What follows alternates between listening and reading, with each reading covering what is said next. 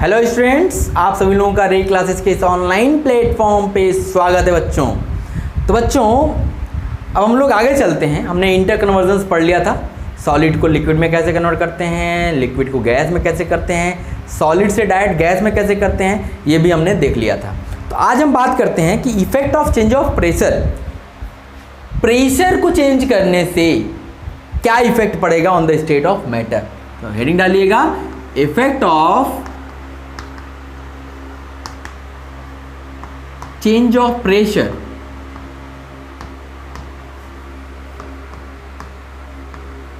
effect of change of pressure on the state of matter,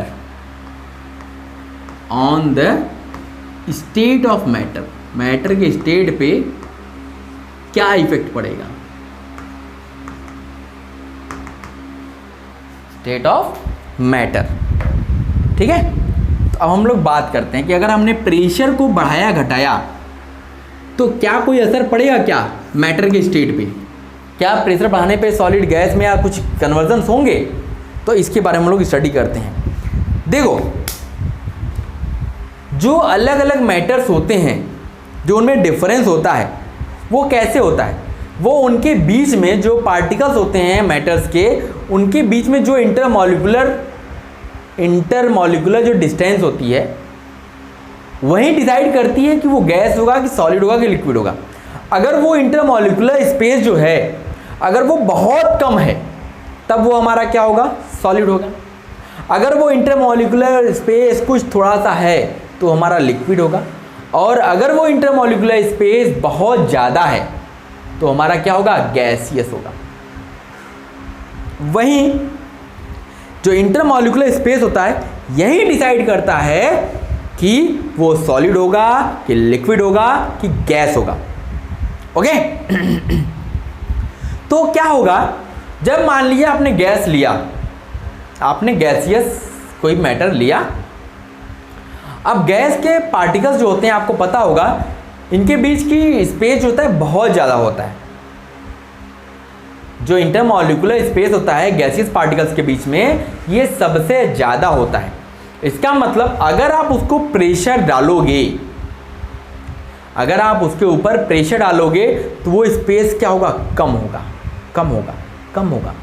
जब वो space कम हो जाता है तो क्या होता है कि गैसियस किस में कन्वर्ट हो जाता है, लिक्विड में।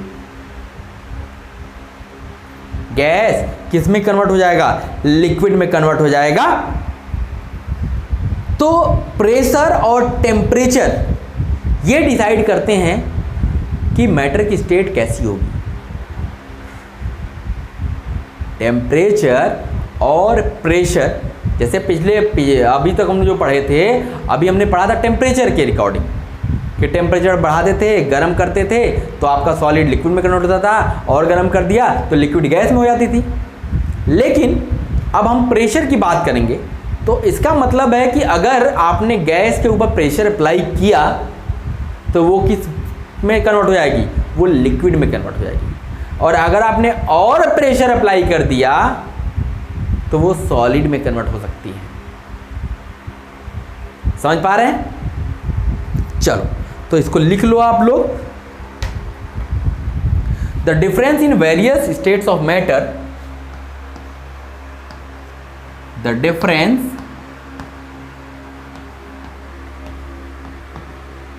in various states of matter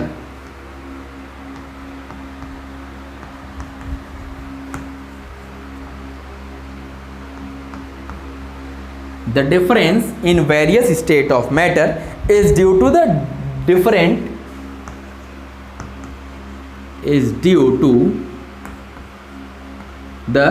different intermolecular space, different intermolecular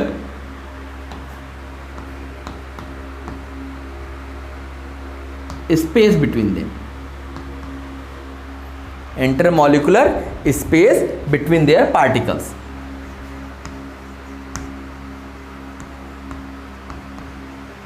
between their particles, इनके पार्टिकल्स के बीच में जो इंटर मॉलिक्यूलर स्पेस होता है, इसी की वजह से हम लोग मैटर को क्लासिफाई कर पाते हैं। ठीक है। So when gas is compressed, when gas is compressed मतलब उसका आपने प्रेशर बढ़ा दिया। आपने क्या किया, गैस को कंप्रेस किया मतलब प्रेशर बढ़ा दिया। The intermolecular space between the particles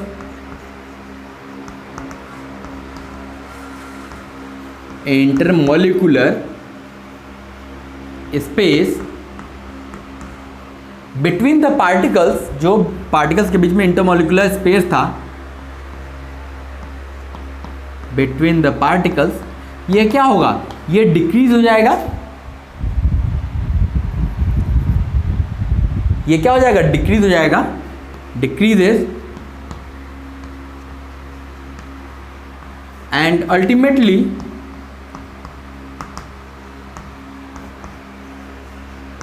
it converted into liquid. It converted into liquid. ये किस में कन्वर्ट हो जाएगी, लिक्विड में। तो समझ गए आप कि प्रेशर अप्लाई करने से भी हम स्टेट चेंज कर सकते हैं।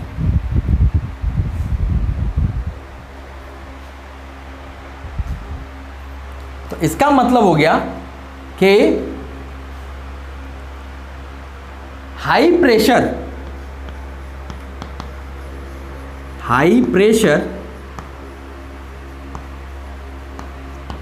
And low temperature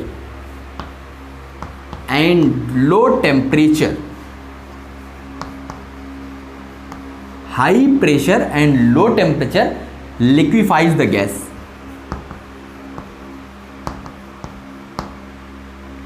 liquefy the gas को क्या करती है, लिक्विड में कन्वर्ट कर देती है। आपने प्रेशर बढ़ा दिया, टेम्परेचर को कम किया, तो ये गैस क्या होगा, लिक्विड में कन्वर्ट हो जाएगा। अब जैसे हम एग्जांपल की अगर हम बात करें, जो हमारी कार्बन डाइऑक्साइड गैस होती है, CO2 is a gas at normal temperature. जो नॉर्मल टेम्परेचर है हमारा, इस पे क्या होती है, ये गैस में होती है। और नॉर्मल टेम्परेचर है अभी, तो प्रेशर कितना है, 1 एटमॉस्फेरिक प्रेशर है। तो अगर if we increase the pressure, अगर हमने प्रेशर को इंक्रीज किया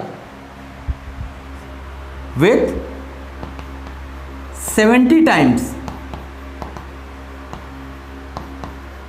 द 1 atm, मतलब एटमॉस्फेरिक प्रेशर 1 atm होता है, उसको आपने 70 टाइम्स बढ़ा दिया, तो ये जो कार्बन डाइऑक्साइड है ये लिक्विड कार्बन डाइऑक्साइड में कन्वर्ट हो जाएगी।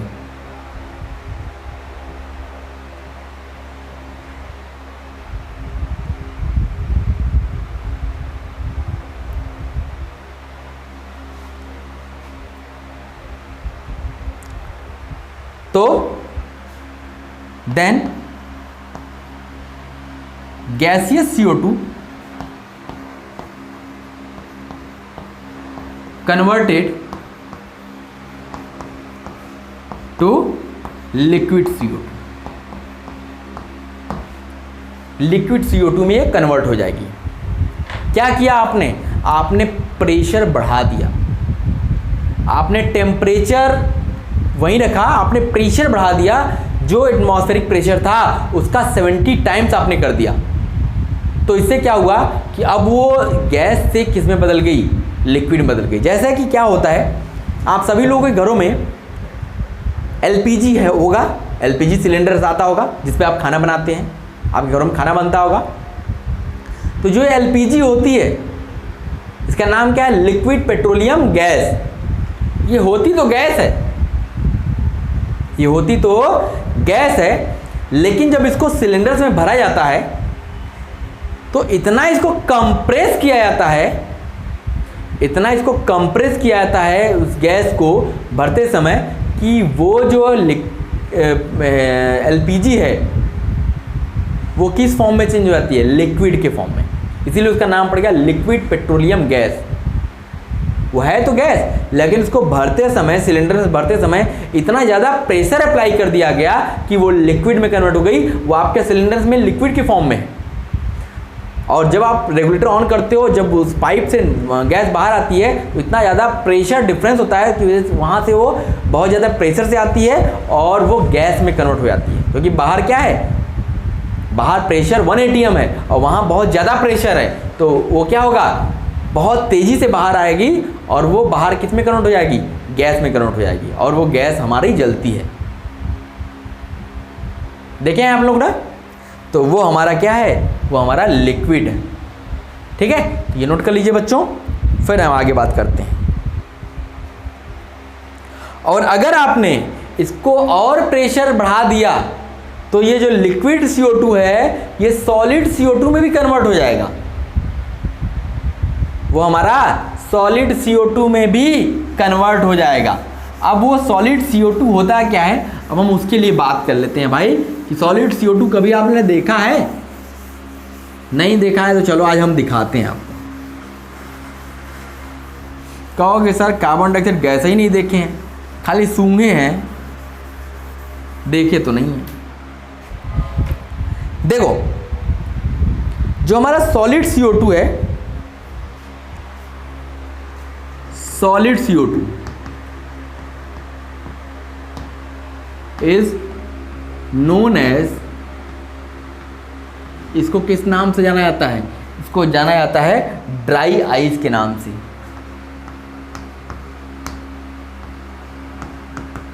किस नाम से जाना जाता है? Dry ice. जो हमारा सॉलिड CO2 होता है, solid CO2 is extremely cold. ये क्या होता है? बहुत ठंडा होता है, बहुत ज़्यादा ठंडा होता है। And is use to deep freezes, and is use to deep freezes. बहुत ज़्यादा अगर फ्रीज करने की जरूरत पड़ेगी तो वहाँ पे यूज होती है गैस, डीप फ्रीजेस। ये सॉलिड CO2 जो है डीप फ्रीज करने के लिए यूज की जाती है, food and to keep ice cream cold. Deep freezes food and to keep ice cream cold.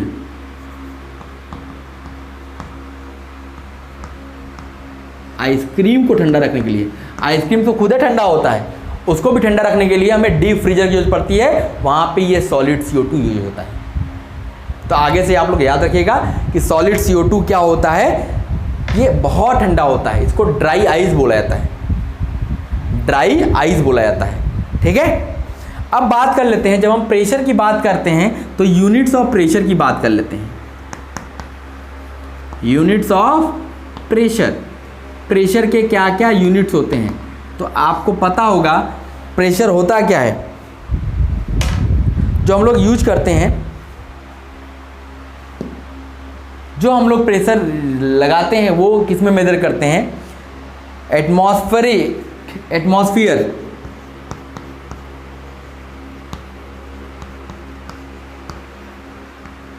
इसको बोलते हैं ATM, एटमॉस्फेरिक प्रेशर या atmosphere is a unit of measuring pressure, is a unit of measuring pressure.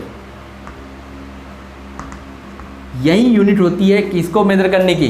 Measuring pressure को। क्या? ATM, ATM machine नहीं, atmosphere, atmosphere को ही ATM बोलते हैं। ठीक है, exerted by a gas, exerted by a gas. Gas के द्वारा जो एक्सर्ट होता है प्रेशर, उसको हम लोग किस में मेजर करते हैं?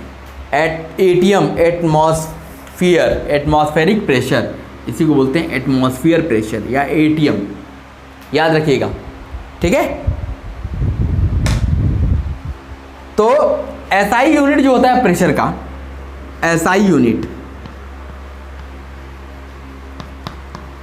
ऑफ प्रेशर, जो प्रेशर का हमारा एसआई यूनिट है उसका क्या नाम है, इसको भी आपको याद रखना है, यह भी पूछा जाता है। उसका नाम है पास्कल।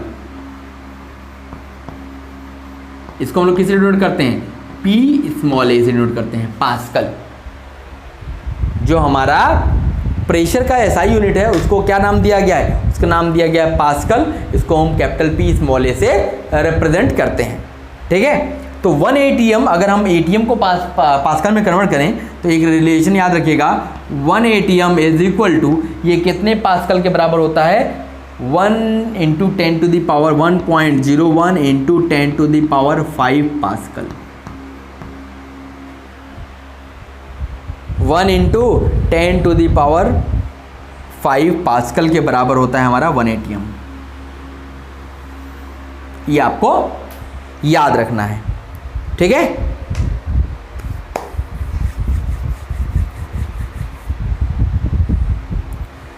हो गया बच्चों, समझ गए, इसको नोट कर लीजिए। फिर हम आगे चलते हैं।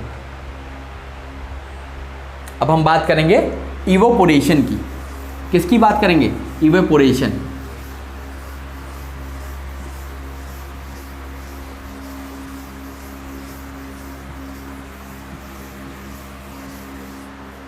अब हम लोग बात करते हैं इवोपोरेशन की।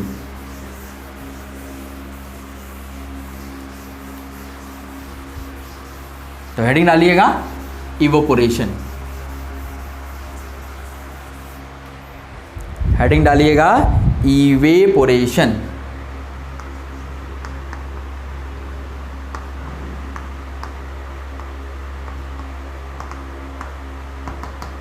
इवेपोरेशन ये क्या होता है, ये वो फिनोमिना होता है, इवोपोरेशन क्या होता है, ये वो फिनोमिना होता है जिसमें लिक्विड किस में चेंज होता है, वेपर्स में। Liquid changes into vapours at any temperature below its boiling point. Boiling temperature से कम टेम्परेचर पे लिक्विड अगर वेपर में कन्वर्ट होता है उसको हम लोग इवोपोरेशन बोलते हैं, ठीक है।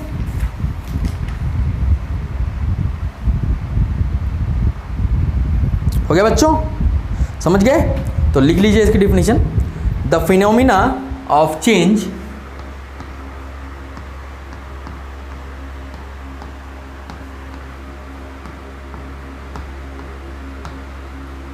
phenomenon of change of liquid into vapors, of liquid into vapors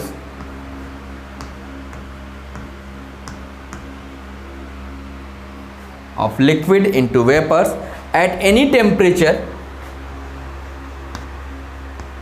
at any temperature below its boiling point, below its boiling point।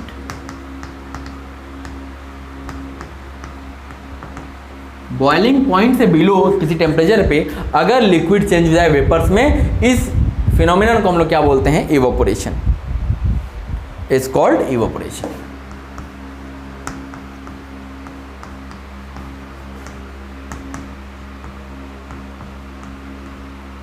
इस फिनोमिनन को हम लोग क्या बोलते हैं, इवोपोरेशन बोलते हैं। इसको हम लोग को याद रखना है। जैसे जो वाटर होता है ये चेंज होता है वेपर में कब, below 100 degree centigrade. 100 degree centigrade से कम टेम्परेचर पे ये वेपर में कन्वर्ट होता है, ठीक है। The particles of matter are always moving and are never at rest. जो भी मैटर के पार्टिकल्स होते हैं वो हमेशा मूव करते रहते हैं, वो कभी रेस्ट नहीं करते हैं, कभी आराम नहीं करते हैं। जो भी मैटर के पार्टिकल्स होते हैं वो ऑलवेज मूव करते रहते हैं, कभी भी आराम नहीं करते। At a given temperature in any gas, किसी गैस पे किसी टेम्परेचर पे लिक्विड और solid, these are particles with different kinetic energy. जो लिक्विड होते हैं या सॉलिड होते हैं उनके जो पार्टिकल्स होते हैं अलग अलग काइनेटिक एनर्जी उनकी होती है। ठीक है। जो लिक्विड के पार्टिकल्स होंगे उनकी काइनेटिक एनर्जी ज़्यादा होगी, जो सॉलिड के होंगे उनकी काइनेटिक एनर्जी कम होगी, क्योंकि उनके पास स्पेस ही नहीं है, मूव करने के लिए स्पेस नहीं है, तो उनके पास काइनेटिक एनर्जी कम होगी। लेकिन जो लिक्विड होंगे उनके पास स्पेस होगा मूव करने के लिए, वो मूव भी कर रहे होंगे, तो उनके पास क्या होगा, ज़्यादा काइनेटिक एनर्जी होगी।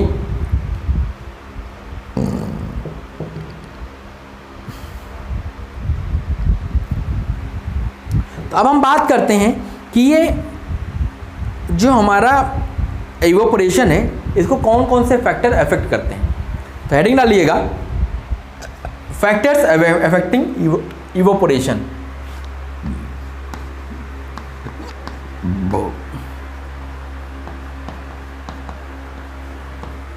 Factors affecting evaporation.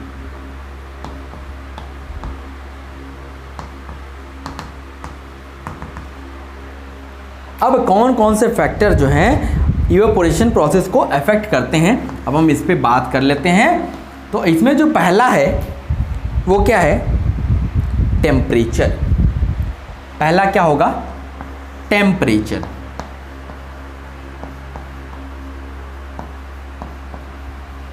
अब टेम्परेचर कैसे इफेक्ट करेगा भाई इवेपोरेशन प्रोसेस को।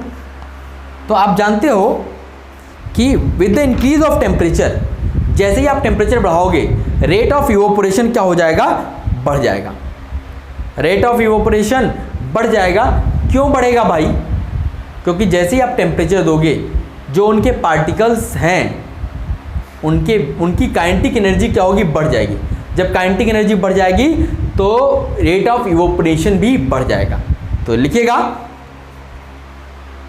With the increase in temperature the rate of evaporation increases. With the increase in temperature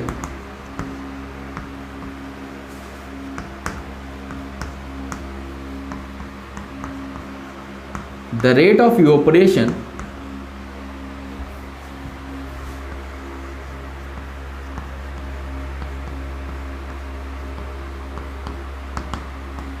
क्या होगा, इंक्रीजेस। ये क्या हो जाएगा, बढ़ जाएगा।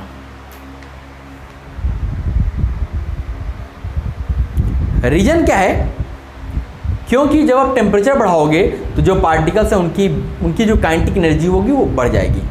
तो रीजन भी लिख लीजिए, बिकॉज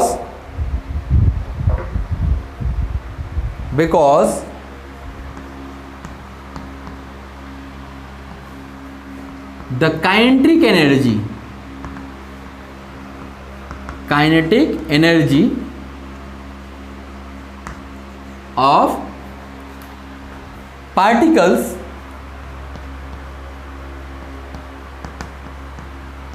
इंक्रीजेस। क्या होगा, जो पार्टिकल्स हैं उनकी काइनेटिक एनर्जी बढ़ जाएगी, उसकी वजह से क्या होगा कि ये ज़्यादा इवेपोरेट होंगे। तो ये हमारा क्या है कि पहला फैक्टर है जिस पे डिपेंड करता है क्या, इवेपोरेशन प्रोसेस। अब दूसरा क्या है, दूसरा हमारा फैक्टर है वो है हमारा सरफेस एरिया। क्या है भाई, सरफेस एरिया। अब सरफेस एरिया से कैसे डिपेंड है भाई, तो जानते हो जो रेट ऑफ इवेपोरेशन होगा वो डायरेक्टली प्रोपोर्शनल होता है सरफेस एरिया के। वो डायरेक्टली प्रोपोर्शनल होता है सरफेस एरिया के। मतलब अब ये बताओ, जैसे आप एक बर्तन लो और वो बर्तन कैसा हो, ऐसा हो,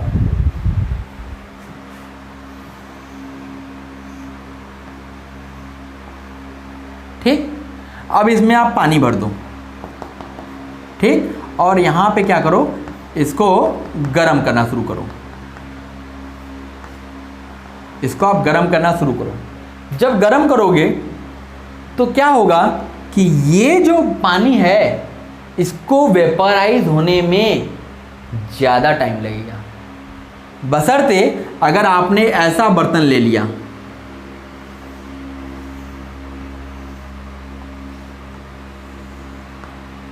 और आपने अब यहाँ पे क्या किया, गरम करना शुरू किया, यहाँ भी पानी है, तो अब क्या होगा, अब इसको इवेपोरेट करने के लिए इतना ही स्पेस मिला ना, तो भले ही ये दोनों आपने सेम टेम्परेचर देना शुरू किया, आप देखेंगे इसका पानी बहुत जल्दी इवोपरेट हो जाएगा और ये बहुत धीरे धीरे इवोपरेट होगा। क्यों? क्योंकि यहाँ पे सरफेस एरिया इसका बहुत कम है और यहाँ पे सरफेस एरिया ज़्यादा है, तो इसकी वजह से इवोपरेशन प्रोसेस हर जगह से होगी, यहाँ यहाँ यहाँ यहाँ यहाँ यहाँ और यहाँ कहाँ, बस इतने से हो रहा है। तो इसकी वजह से क्या होता है कि जो हमारा इवोपरेशन है वो बढ़ जाता है। अगर आपका सरफेस एरिया ज़्यादा है तो इवोपरेशन की स्पीड भी ज़्यादा होगी। समझ गया? सरफेस एरिया अगर ज़्यादा है तो इवोपरेशन की स्पीड भी ज़्यादा होगी।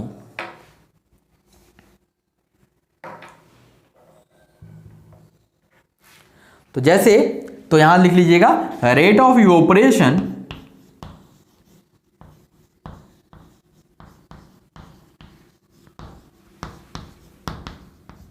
is directly proportional to surface area।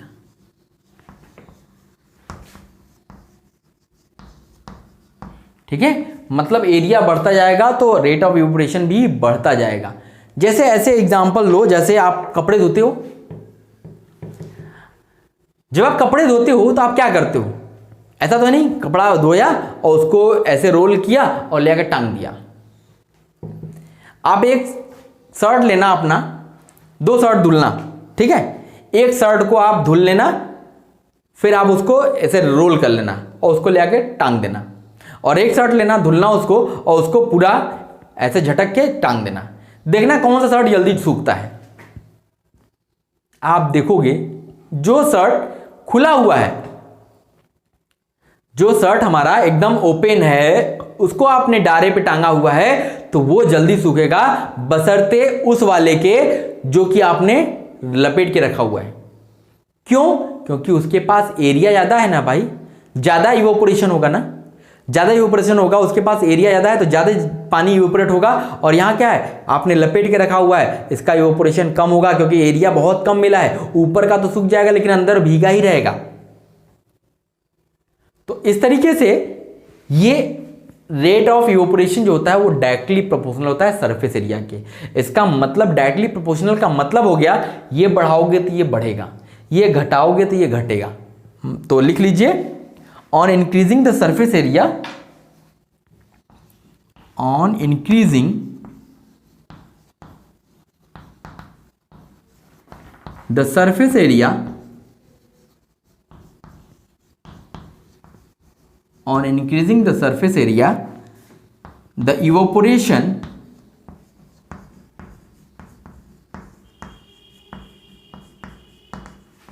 also increases, evaporation also increases, ये भी आपका क्या होगा, इंक्रीज करेगा। इवोपोरेशन क्या होगा, इंक्रीज करेगा। ठीक है, समझ गए? तो ये हमारे 2 फैक्टर्स हो गए। एक तो हमने पढ़ा कि टेम्परेचर अगर आप बढ़ाते हो तो आपका रेट ऑफ इवोपोरेशन भी बढ़ेगा। मतलब यहां भी ये टेम्परेचर के क्या है, डायरेक्टली प्रोपोर्शनल है। अगर आप टेम्परेचर बढ़ाओगे तो भी आपका इवोपोरेशन प्रोसेस बढ़ेगा। और दूसरा क्या है कि सरफेस एरिया, आप सरफेस एरिया जितना ज़्यादा सरफेस एरिया लोगे, जितना ज़्यादा सरफेस एरिया, जैसे आपने एक तालाब का पानी है, ठीक, एक तालाब का पानी है और उसमें से आपने एक सुराही पानी आपने अलग कर लिया और दोनों पानी देखते रहो कौन जल्दी इवोपोरेट होगा। आप देखोगे तालाब का पानी जल्दी इवोपोरेट हो जाएगा क्योंकि उसके पास सरफेस एरिया ज़्यादा है, तो ज़्यादा इवोपोरेशन होगा। तो इसका मतलब हो गया कि टेम्परेचर भी बढ़ाओगे तो भी इवोपोरेशन स्पीड बढ़ेगी, अगर आप सरफेस एरिया बढ़ाओगे तो भी इवोपोरेशन की स्पीड बढ़ेगी। समझ गए? तो आज की क्लास के लिए बच्चों बस 2 फैक्टर्स ही पढ़िए, फिर अगली क्लास में हम लोग इसके आगे बाकी जो फैक्टर्स बचे हैं उसको भी हम लोग पढ़ेंगे। ओके, तो ऐसा चीज समझ में आ गई कि इवोपोरेशन क्या होता है। इवोपोरेशन पहले समझना, ये समझोगे तभी ये समझ में आएगा। इवोपोरेशन क्या था कि ऐसा फिनोमेना जिसमें लिक्विड वेपर में कन्वर्ट होता है below its boiling point temperature. जो उसका बॉइलिंग पॉइंट टेम्परेचर है उसके नीचे टेम्परेचर पे आपका लिक्विड अगर वेपर में कन्वर्ट होता है तो उसको हम लोग बोलते हैं इवोपोरेशन। तो इवोपोरेशन कहलाता है। तो अब वो किस पे इफेक्ट कर, कौन कौन से फैक्टर हैं जिस पे इवेपोरेशन इफेक्ट करेगा, तो वो हमने दो फैक्टर पढ़ लिए, एक तो टेम्परेचर पे, दूसरा सरफेस एरिया पे।